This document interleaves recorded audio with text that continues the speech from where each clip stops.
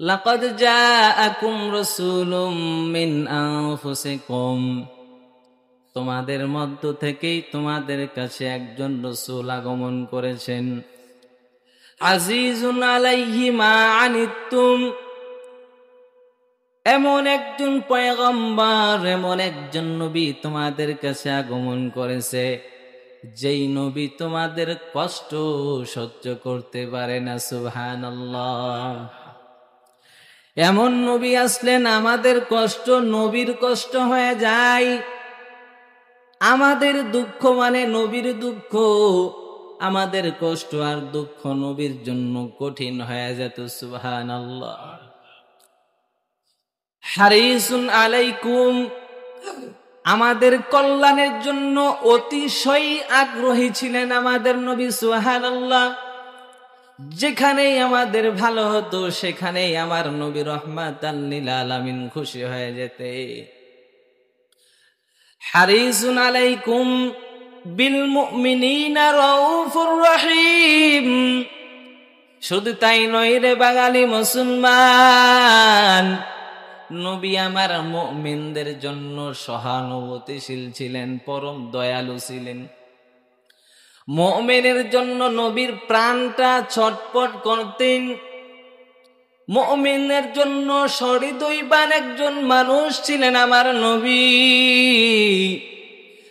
ওরে আল্লাহর গোলাম, যেই নবী আমার আপনার বিপদে, আমার আপনার কষ্ট যেই নবী সইতে পারে নাই, যেই নবী সর্বক্ষণ আমার আপনাকে নিয়ে বড় টেনশন, আজ মুসলমান হইয়া সেই নবীরে কেমনে কষ্ট দাও।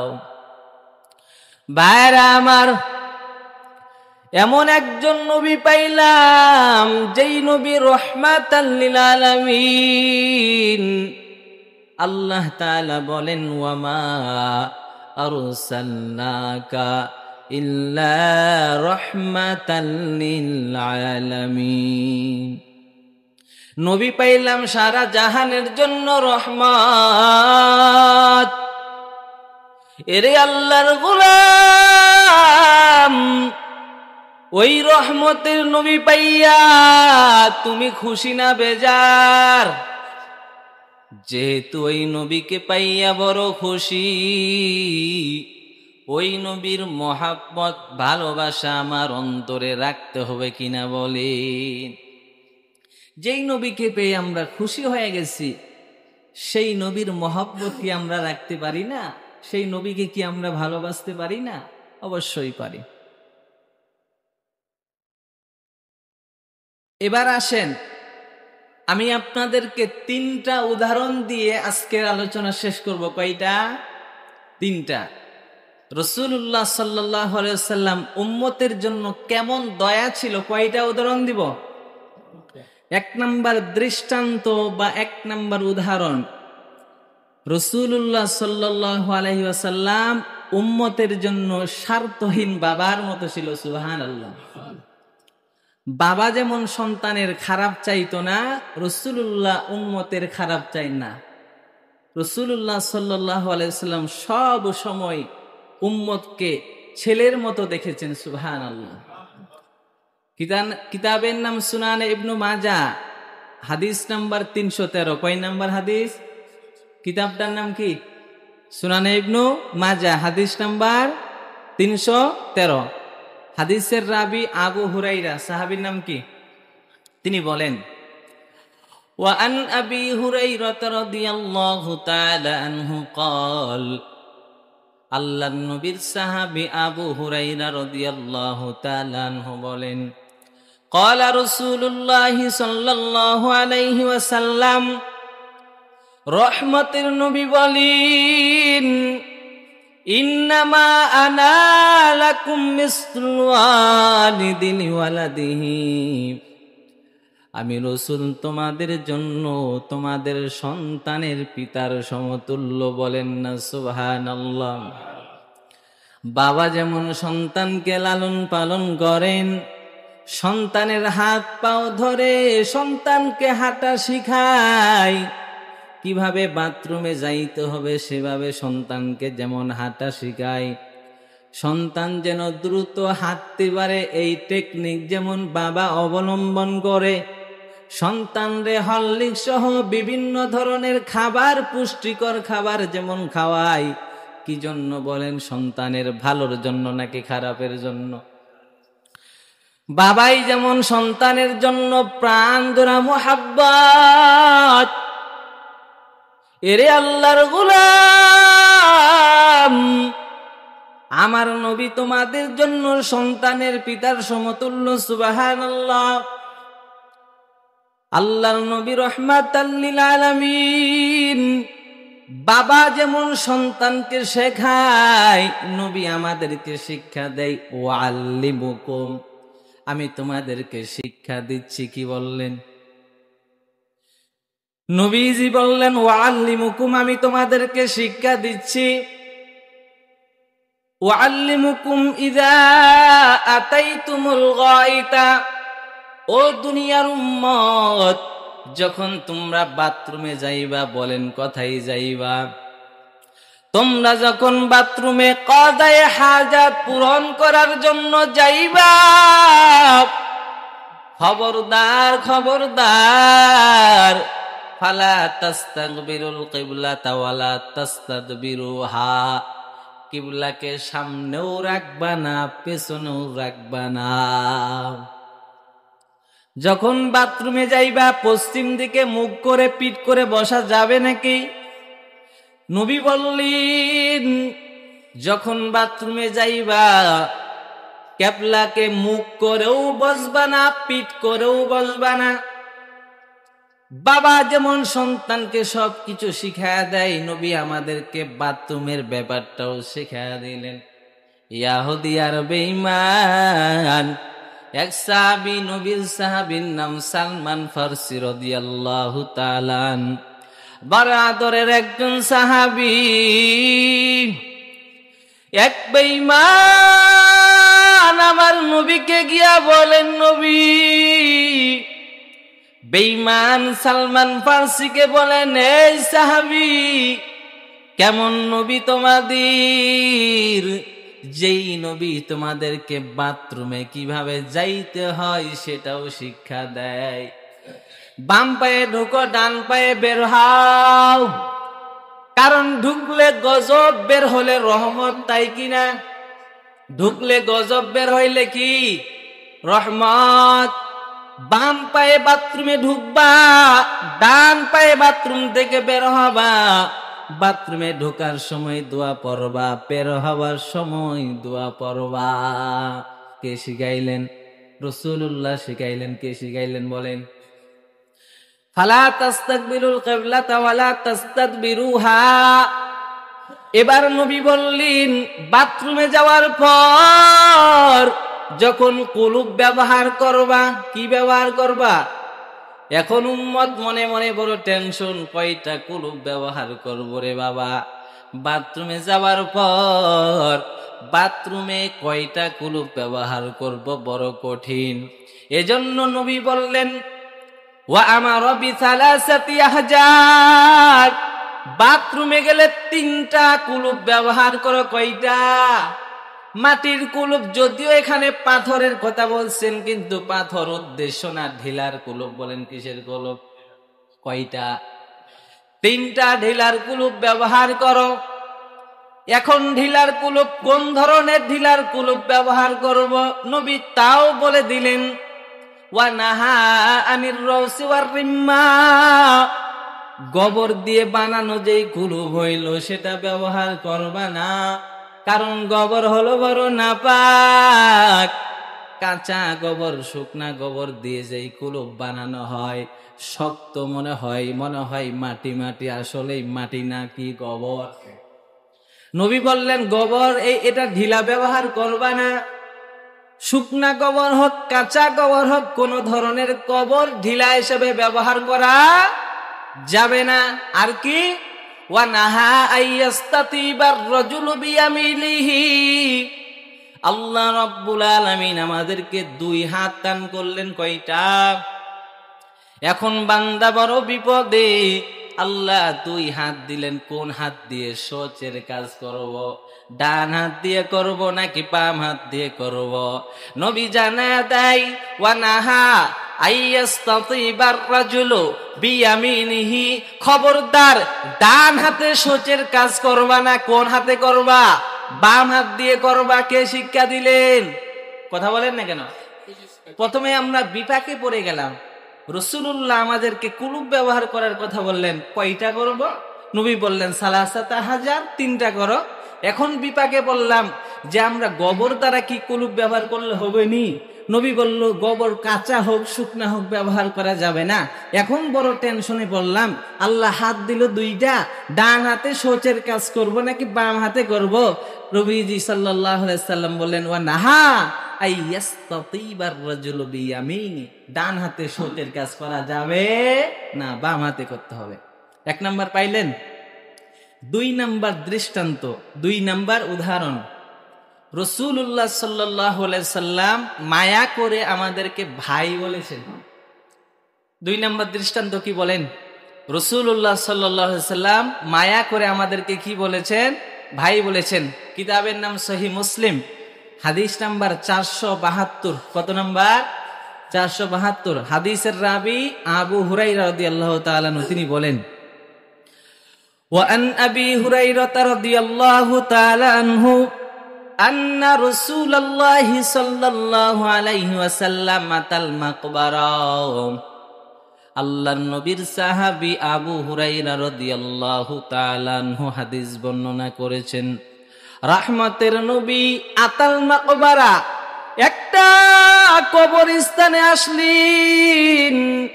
ফাকালা আসসালামু আলাইকুম দারা কওমিন মুমিনিন। নবী আমার কবরস্থানে যাওয়ার পর কবরবাসীকে আসসালামু আলাইকুম দারা কওমিন মুমিনিন বললেন, যার অর্থ হলো তোমাদের উপর শান্তি বর্ষিত হোক হে কবরবাসী মুমিনগণ। হে কবরবাসী মুমিনগণ, তোমাদের উপরে শান্তি বর্ষিত হোক। ওয়া ইন্না ইনশাআল্লাহু বিকুম লাহিকুন, আর অতি শীঘ্রই আমরাও তোমাদের সাথে মিলিত হব। কি বললেন? তার মানে মরা লাগবে রে। কি বললেন রাসূলুল্লাহ? ওয়া ইন্না ইনশাআল্লাহু বিকুম লাহিকুন, অতি শীঘ্রই আমরাও তোমাদের সাথে গিয়ে কি হব? মিলিত হব। নবীজি বললেন, ওয়াদিতু আন্না কদ রাআইনা ইখওয়ানানা, আমার মনে চায় আমার ভাইদেরকে এক নজর দেখি, আমার মনে চায় আমার ভাইদেরকে এক নজর দেখি। ক্বালু আওয়ালাসনা ইয়া রাসূলুল্লাহ, ক্বালু আওয়ালাসনা ইখওয়ানাকা ইয়া রাসূলুল্লাহ। উপস্থিত সাহাবা একরাম বললেন, ইয়া রাসূলুল্লাহ, আমরা কি আপনার ভাই নয়? কি বললেন? নবীজি বললেন, আমার মনে চাই যে আমি আমার ভাইদেরকে দেখি। সাহাবা একরাম বললেন, ইয়া রাসূলুল্লাহ, আমরা কি আপনার ভাই নয়? তখন নবী বললেন, ক্বালা আনতুম আসহাবি, তোমরা আমার সাহাবী। ওয়া ইখওয়ানুনা আল্লাযীনা লাম ইয়াতু বাদু, যারা ভবিষ্যতে আসবে মানে আমরা, তারা আপনার ভাই। ভবিষ্যতে আমরা যারা আসবো আমরা নবীজির ভাই। বলেন না সুবহানাল্লাহ। ভাই ভাইয়ের সাথে কি রূপ আচরণ করে? যারা আদর্শবান ভাই, ভাইয়ের মধ্যে কি মিল মুহাব্বত, ভাইয়ের মধ্যে ভালোবাসার বন্ধন। আর আজকে তো ভাই ভাইয়ের মধ্যে মিল মোহাব্বত নাই। বলে কেন ভাইয়ের বন্ধন সৃষ্টি হলো? বলে দুনিয়ার মোহাব্বত, সম্পদের মোহাব্বত, 2 ভাইয়ের ভিতরে এমন দেওয়াল তৈরি হয়ে গেল, আজকে ভাই ভাইয়ের বন্ধনটা সম্পদের কারণে নষ্ট হয়ে গেল। দুনিয়া, এই দুনিয়ায় পারলো ভাই ভাইয়ের সম্পর্কটা বিচ্ছেদের দেওয়াল তৈরি করতে। তো রাসূলুল্লাহর ভাই সাহাবা একরামেরা নাকি আমরা? বলেন, আমরা রাসূলুল্লাহর ভাই, ভাই ভাইয়ের সাথে কেমন আচরণ করবে চিন্তা করেন। রাসূলুল্লাহ তো আদর্শবান ভাই, তিনি আমাদের সাথে কিরূপ আচরণ করবেন চিন্তা করা দরকার। ওয়াদিতু আন্না কদ রাআইনা ইখওয়ানানা ক্বালা আনতুম আসহাবি ওয়া ইখওয়ানুনা আল্লাযীনা লাম ইয়াতু বাদু। এবার সাহাবা একরাম প্রশ্ন করলেন, ও মায়ার নবী, ফাকালু কাইফা তারিফু মান লাম ইয়াতি বাদু মিন উম্মাতিকা ইয়া রাসূলুল্লাহ। এই প্রশ্ন সাহাবা একরাম করেছেন, আমরাও থাকলে তাই প্রশ্ন করতাম। সাহাবা একরাম বললেন, ও মায়ার নবী, আপনার মৃত্যুর পরে যারা আসবেন তারা যেহেতু আপনার ভাই, তারা যেহেতু আপনার উম্মত, আপনার মরণের পর কিয়ামতের ময়দানে আপনি আপনার উম্মত গুলোকে কিভাবে চিনবেন? আপনি তো তাদেরকে এখনো দেখেননি, ভবিষ্যতে কখন জানি আসবে, আর আপনি এদেরকে কিয়ামতের ময়দানে কিভাবে চিনবেন? তখন রাসূলুল্লাহ বললেন, ফাকালা লাউ আন্না রাজুলান, মনে করো কোনো এক ব্যক্তি, লাহু খাইলুন গুররুন মুহাজ্জালাতুন বাইনা যহরাই খাইলিন দুহমিন বুহমিন। ও সাহাবা একরাম শুনো, মনে করো কোনো এক ব্যক্তি, তার ঘোড়ার কপালটাও সাদা, হাত পাও সব সাদা, এক কথা পুরো ঘোড়াটাই সাদা রঙের। সাদা রঙের ঘোড়াগুলোকে কালো রঙের হাজার হাজার লক্ষ লক্ষ ঘোড়ার সাথে যদি মিলাইয়া দাও, ওখান থেকে যদি তোমার সাদা রঙের ঘোড়াটা বের করতে চাও, তোমার জন্য কি কোনো কঠিন হবে নাকি বলো? সাহাবা একরাম বললেন, ক্বালু বালা ইয়া রাসূলুল্লাহ, আমাদের জন্য কঠিন না, আমরা এটা বের করতে পারবো, কারণ অনেকগুলো কালো ঘোড়ার ভেতরে সাদা রঙের ঘোড়াটা উজ্জ্বল হয়ে যাবে। ভাইরা আমার, এবার নবী বললেন, ক্বালা ফাইন্নাহুম ইয়াতুন গুররান মুহাজ্জালিনা মিনাল উদু। আমার উম্মত, আমি তাদেরকে চিনব, তারা ওযুর প্রভাবে তাদের চেহারাটা আলোকিত হয়ে যাবে। আমার যে উম্মত দুনিয়ার জমিনে 5 বেলা ওযু বানাইছেন, 5 ওয়াক্ত নামাজের সময় 5 বেলা ওযু বানাইয়া মসজিদে হাজির হয়েছেন, আমার এমন উম্মত গুলোকে ওযুর কারণে তাদের চেহারার মধ্যে এমন আলোকিত হয়ে যাবে, কালো ঘোড়ার ভিতরে সাদা রঙের ঘোড়া যেমন দেখা যায়, আমার উম্মত গুলোকে ওযুর প্রভাবের কারণে চেহারাগুলো দেখতে পাবো। ভাইরা আমার, দৈনিক 5 বেলা ওযু বানাই কি বানাই না বলেন? যারা শুক্রবারের মুসল্লি বলে, হুজুর একবার বানাই, 5 বার বানাই না, শুধু জুম্মার নামাজ যখন পড়ি তখন বানাই, ঠিক কিনা? 5 বেলা ওযু বানাই, তবে দৈনিক কয়বার? তাহলে আপনাকে রাসূলুল্লাহ সাল্লাল্লাহু আলাইহি ওয়াসাল্লাম চিনতে পারবে, আপনাকে আল্লাহর জান্নাতে ঢুকিয়ে দিবে। রাসূলুল্লাহ এর পরে বললেন, ওয়া আনা ফারাতুহুম আলাল হাউজ, আর আমি হাউজে কাউসারের সেখানে দাঁড়িয়ে থাকব, যেখানে হাউজে কাউসারের পানি দেয় আমি সেখানে দণ্ডায়মান অবস্থায় দাঁড়িয়ে থাকব। আমি সেখানে দাঁড়িয়ে থাকার পর লা ইউজাদান্না রিজালুন আন হাউজি কামা ইউজাদুল বাঈরুদ দাল্লু।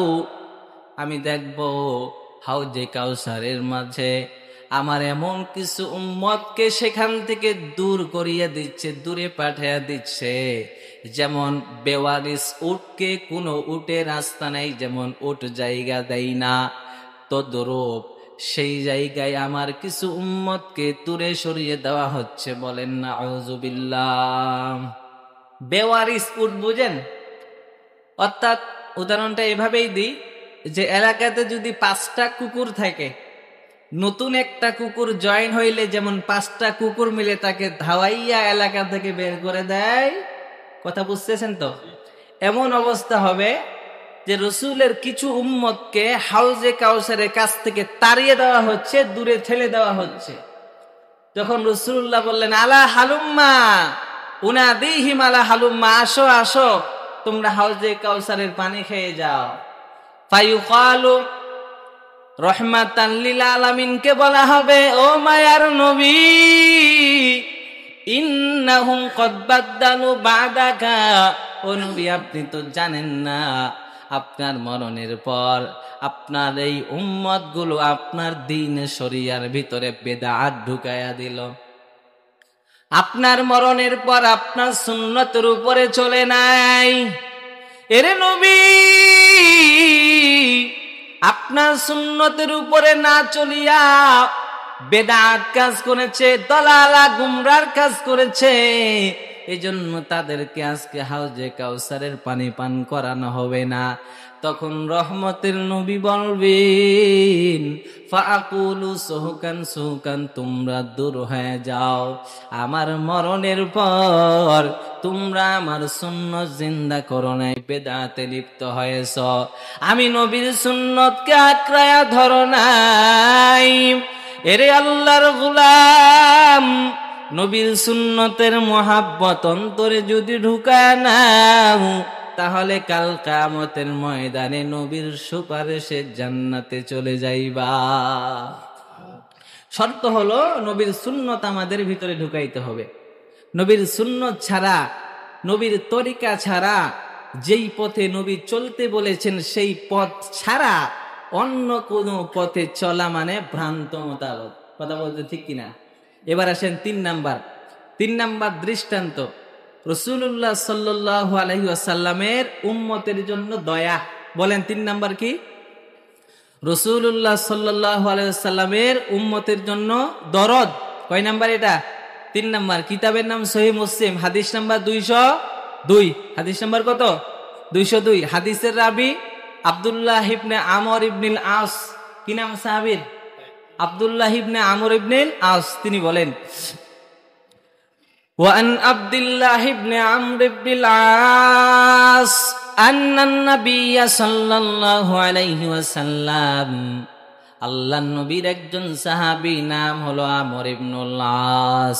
এই আমর ইবনুল আস বলেন, আন্নান নবিয়্য সাল্লাল্লাহু আলাইহি ওয়াসাল্লাম তালা কওলাল্লাহি আযজা ওয়া জাল্লা, আল্লাহর নবী আল্লাহ তাআলার কুরআনের ওই আয়াতটা পাঠ করলেন যেখানে ইব্রাহিম নবীর কথা আল্লাহ উল্লেখ করেছিলেন। বলেন কোন আয়াত? যেই আয়াতে আল্লাহ রব্বুল আলামিন ইব্রাহিম নবীর কথা উল্লেখ করেছেন। আয়াতটা হলো, রব্বি ইন্নাহুন্না আদলাল্না কাসীরাম মিনান নাস, রব্বি ইন্নাহুন্না, হে মালিক, প্রতিমারা অনেক মানুষকে গুমরা করেছে। অগ্নি পূজার যে প্রতিমাগুলো আছে, যাদেরকে হিন্দুরা খোদা মানে, দেব দেবী, এই প্রতিমাগুলো অনেক মানুষকে গুমরা করে ফেলেছে রে আল্লাহ। ফামান তাবিয়ানি ফাইন্নাহু মিন্নি, ও আল্লাহ, অতএব যারা ওয়া ইন তুআযিবহু ওয়া ইন তাগফির লাহুম, আর যদি আপনি ক্ষমা করে দেন, ফাইন্নাকা আনতাল আজিজুল হাকীম, তাহলে আপনি তো মহা ক্ষমাশীল, আপনি মহা ক্ষমতাধর, মহা শক্তিশালী। আল্লাহ জানি আপনার মতো ক্ষমতাশীল, শক্তিশালী, বাহাদুর আর কেউ নাই। আল্লাহ আপনি যদি ক্ষমা করেন, আপনার মতো হিকমত, পরিপূর্ণ হিকমত কারো নাই। সুবহানাল্লাহ। এই দুইটা আয়াত তিলাওয়াত করলেন কে? আমাদের নবী মুহাম্মদ সাল্লাল্লাহু আলাইহি ওয়াসাল্লাম। এরপরে কি বললেন? ওয়ারাফা ইয়াদাইহি ওয়া ক্বাল, এরপরে নবী আমার দুইটা হাত আসমানের দিকে উঠাইয়া চোখের পানি ফালাইয়া কান্নার আওয়াজ, আয় আল্লাহ, আল্লাহুম্মা উম্মতি উম্মতি ওয়া বাকা, উম্মতের কথা বলে নবী আমার কান্নার আওয়াজ। নবী আমার উম্মতের কথা বলতে বলতে কাঁদতেছেন, আর আল্লাহকে বলতেছেন, সাল্লিম উম্মতি, ও দয়ার মালিক, আমার উম্মতকে বাঁচাও, আমার উম্মতকে জাহান্নামের আযাব থেকে বাঁচাও, বাঁচাও। আল্লাহুম্মা সাল্লিম উম্মতি। আমার আল্লাহ নবীর কান্না দেখার পর আমার আল্লাহ আর সহ্য করতে পারে নাই, তাৎক্ষণিক জিবরাইল নামে ফেরেশতাকে পাঠা দেয়। জিবরাইল, ইযহাব ইলা মুহাম্মাদিন সাল্লাল্লাহু আলাইহি ওয়াসাল্লাম। ও জিবরাইল, যাও যাও আমার বন্ধু মুহাম্মদের কাছে যাও, আর মুহাম্মদকে গিয়া বলো, ও মুহাম্মদ, ফাসালহু মা ইউবকিক, আপনি কেন কান্না করতেছেন? ওয়া রাব্বুকা আলামু, আমার রব সবকিছু জানেন কিনা বলেন। রব সবকিছু জানেন, তারপরও বলেন নবী কেন কাঁদে? কারণ রব তো জানে আমার বন্ধু, আমার হাবিব তার উম্মতের জন্য বড় পেরেশান। উম্মত গুলো জাহান্নামে যাবে নাকি জান্নাতে, আমার বন্ধু বড় পেরেশান। কারণ আমার বন্ধু তো উম্মত ছাড়া জান্নাতে যাবে না, এই জন্য বন্ধু কাঁদে। এই খবর জানে কে বলেন? তারপরও পাঠাইলেন জিবরাইল আমিনকে, যাও বন্ধুকে বলো কেন কাঁদে। সন্তান কান্না করে বাবা জানে, তারপরও বাবা জিজ্ঞাসা করে, বাবা কেন কান্দো? কারণ বাবা তো জানে সন্তান এখন কিছু খাবার খাবে। মা জানে সন্তানের ক্ষুধা হলে সন্তান কান্না করে, মা এটা ভালো করেই জানে রে বাবা। আল্লাহ তাআলা জানেন নবী আমার উম্মতের জন্য কান্নার আওয়াজ। এরে আল্লাহর গোলাম জিবরাইল আমিন নবীকে এসে বললেন, নবী আপনি কেন কাঁদেন? ফাতাহু জিবরিল আলাইহিস সালাতু ওয়াস সালাম ফাসালাহুম। জিবরাইল আমিন নবীর কাছে আয়েশা বললেন, নবীজি আপনি কেন কাঁদেন বলেন? তখন নবী বললেন, ফাখবারাহু রাসূলুল্লাহ সাল্লাল্লাহু আলাইহি ওয়াসাল্লাম বিমা ক্বাল। নবী বলেন, আমি আমার উম্মতের জন্য কান্না করি, না জানি আমার উম্মত গুলো জাহান্নামী হয়ে গেল কিনা, আমি বড় টেনশনে আছি। আরে নবীর উম্মতের দল। فقال الله عز وجل يا জিবরিল, আল্লাহ পাক আবার জিবরাইল আমিনকে পাঠাইলেন, আর জিবরাইলকে বললেন, জিবরাইল যাও আমার বন্ধুকে গিয়ে সুসংবাদ দাও। ফাকুল, আমার নবীকে জানায়া দাও, ইন্না সানুরদিকা ফি উম্মাতিকা, আমি আমার নবীকে তার উম্মতের ব্যাপারে হতাশ করব না। সুবহানাল্লাহ। ও নবী, আপনাকে তো আপনার উম্মতের ব্যাপারে হতাশ করব না, ব্যথিত করব না, পশায়া দিব। কি বুঝলেন? যে আপনার যারে মনে চায় আপনি তাদেরকে জান্নাতে নিয়ে যান। সুবহানাল্লাহ।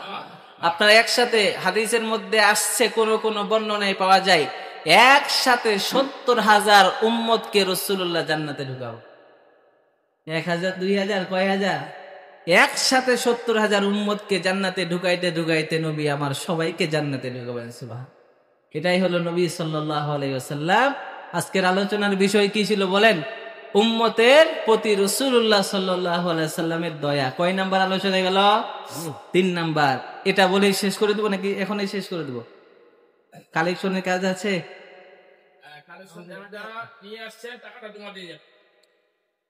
বলবো না শেষ করে দেব বয়ান? আমি বলবো। আচ্ছা, যারা আনছেন এখানে দিয়ে যান। এবার আসেন 4 নাম্বার। 4 নাম্বার হলো তাআলিমু উম্মাতিহি তাওবাতা মিনাজ যুনুব ওয়া তালাবাল মাগফিরা। আল্লাহ রাসূল সাল্লাল্লাহু আলাইহি ওয়াসাল্লাম উম্মতকে গুনাহ থেকে তাওবা শিক্ষা দিয়েছেন। সবাই মনোযোগ দেন বয়ানে।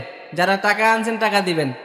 4 নাম্বার শুনেন, তাআলিমু উম্মাতিহি তাওবাতা মিনাজ যুনুব ওয়া তালাবাল মাগফিরাতি মিনাল্লাহ। আল্লাহ রাসূল সাল্লাল্লাহু আলাইহি ওয়াসাল্লাম উম্মতকে গুনাহ থেকে কি শিক্ষা দিয়েছেন? তাওবা শিক্ষা দিয়েছেন। কিতাবের নাম সহিহ মুসলিম, হাদিস নাম্বার 472। কয় নাম্বার হাদিস বলেন? হাদিসের রাবি আম্মা জান আয়েশা, মানে আল্লাহ নবীজির বিবি, এই হাদিসের রাবি তিনি বলেন, ওয়া আন আয়েশা রাদিয়াল্লাহু তাআলা আনহা ক্বালাত কানা রাসূলুল্লাহ সাল্লাল্লাহু আলাইহি ওয়াসাল্লাম ইকসিরু মিন কওলি সুবহানাল্লাহ ওয়া বিহামদিহি আস্তাগফিরুল্লাহ ওয়া আতুবু ইলাইহি। আম্মা জান আয়েশা সিদ্দিকা রাদিয়াল্লাহু তাআলা আনহা বলেন, কানা রাসূলুল্লাহ সাল্লাল্লাহু আলাইহি ওয়াসাল্লাম ইউকসিরু মিন কওলি সুবহানাল্লাহ। আল্লাহর নবী রাহমাতাল লিল আলামিন বেশিরভাগ সময় এই দোয়াটা পাঠ করতেন। কোন দোয়া? বলেন সবাই, সুবহানাল্লাহি ওয়া বিহামদিহি আস্তাগফিরুল্লাহ ওয়া আতুবু ইলাই। এই দোয়াটা নবীজি বেশি পড়তেন। এই দোয়ার অর্থ হলো সুবহানাল্লাহ, আল্লাহ বড় মহান, আল্লাহ বড় দয়ালু, ওয়া বিহামদিহি, তার জন্যই সমস্ত প্রশংসা, আস্তাগফিরুল্লাহ, তার কাছেই আমরা ক্ষমা চাই, ওয়া আতুবু ইলাই, তার কাছেই আমরা কি চাই? তাওবা করি। কার কাছে তওবা করি? বলে আল্লাহর কাছে তওবা করি। ক্বালাত, আম্মা জান আয়েশা বলেন, ফাকুলতু ইয়া রাসূলুল্লাহ আরাকা তুকসিরু আন কওলি সুবহানাল্লাহ। আম্মা জান আয়েশা বলেন, নবীজি, আমি প্রায় সময় আপনাকে দেখি আপনি এই দোয়াটা বেশি বেশি পড়েন।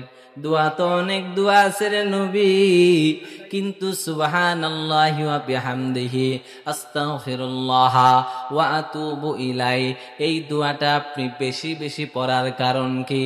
এবার নবী জানা দেয়, ফাকালা খব্বারানি রব্বি। এবার নবী জানা দেয়, ও আয়েশা জানো, আমার আল্লাহ, আমার রব আমাকে খবর দিয়েছেন, আমাকে জানিয়েছেন, আমার আল্লাহ আমাকে জানায়া দিয়েছেন, আন্নি সারা আলামাতান ফি উম্মতি, আমার উম্মতের ব্যাপারে একটি নিদর্শন আমাকে জানিয়ে দিয়েছেন। সেই নিদর্শন যখনই আমি দেখতে পাই, ইযা রাআইতুহা আকসারতু মিন কওলি সুবহানাল্লাহ, যখনই আমার উম্মতের মধ্যে আমি সেই নিদর্শন দেখতে পাই, তখনই আমি সুবহানাল্লাহ, সুবহানাল্লাহি ওয়া বিহামদিহি আস্তাগফিরুল্লাহ ওয়া আতুবু ইলাই, এই দোয়াটা পড়ি। ফাকাদ রাআইতুহা, আমার মনে হয় সম্ভবত সেই কারণটা হলো ইজা জাআ নাসরুল্লাহি ওয়াল ফাত, ইয়ানি ফাতহু মক্কা। ও নবী আমার, ইজা জাআ নাসরুল্লাহি ওয়াল ফাত, আল্লাহ বলেন নবী, যখন আল্লাহর পক্ষ থেকে সাহায্য আসবে, বিজয় আসবে, আল্লাহর পক্ষ থেকে যখন সাহায্য আসবে, আপনি দেখবেন সাহায্য মানে মক্কা বিজয়ের কথা। কি বিজয়? মক্কা বিজয় যেদিন হয়েছিল সেই ঘটনাটা আল্লাহ এখানে আনছেন। কি বিজয় বলেন? মক্কা বিজয়ের ঘটনাটা এখানে আনছেন। ও নবী আমার, আপনি দেখবেন ওয়ারাইতান্না সায়াদখুলুনা ফি দীনিল্লাহি আফওয়াজা, নবী আপনি দেখতে পাবেন মানুষ দলে দলে দ্বীনের মধ্যে প্রবেশ করছে। যখন দেখবে মক্কা বিজয় হয়ে গেল, সবাই দলে দলে মুসলমান হয়ে যাবে। ওয়ারাইতান্না সায়াদখুলুনা ফি দীনিল্লাহি আফওয়াজা ফাসাব্বিহ, নবী আপনি বেশি বেশি তাসবিহ পাঠ করেন। ওয়া বিহামদিকা, বেশি বেশি রবের প্রশংসা করেন। ওয়া বিহামদিকা ফাসাব্বি বিহামদি রব্বিক ইন্নাহু কানা তাওয়াবা, আল্লাহ সবচাইতে বেশি তাওবা কবুল গ্রহণ করেন। সুবহানাল্লাহ। তাহলে কি বুঝলেন? 4 নাম্বার কথাটা হলো কি? তাআলিমু উম্মাতিহি তাওবাতা মিনাজ যুনুব ওয়া তালাবাল মাগফিরাতি মিনাল্লাহ। আল্লাহ রসুল উম্মতকে গুনাহ থেকে তাওবা শিক্ষা দিয়েছেন। উম্মত যদি গুনাহ হয়ে যায় তাওবা করবে। কি শিক্ষা দিলেন? যদি গুনাহ হয়ে যায় তাওবা করবে। কি দোয়া করবে? সুবহানাল্লাহি ওয়া বিহামদিহি আস্তাগফিরুল্লাহ ওয়া আতুবু ইলাই। রাসূলুল্লাহ এটা বেশি পড়েছেন। রাসূলুল্লাহ এই দোয়াটা সবচাইতে বেশি পড়তেন। এই দোয়াটার হিকমত হলো যে আল্লাহ তাআলা মক্কা যখন বিজয় করেছিলেন, ওই মক্কা বিজয়ের সময় ওই আলামতটা উম্মতের ভিতরে রাসূলুল্লাহ দেখতে পেয়েছেন, বিদায় এই দোয়াটা বেশি পড়তেন। সুবহানাল্লাহ। আল্লাহ তাআলা আমাদেরকে আজকের আলোচনার বিষয়ের উপরে আমাকে আপনাদের সবাইকে আলোচনা করার তৌফিক দান করুক। আসসালামু আলাইকুম ওয়া রাহমাতুল্লাহি ওয়া বারাকাতুহু।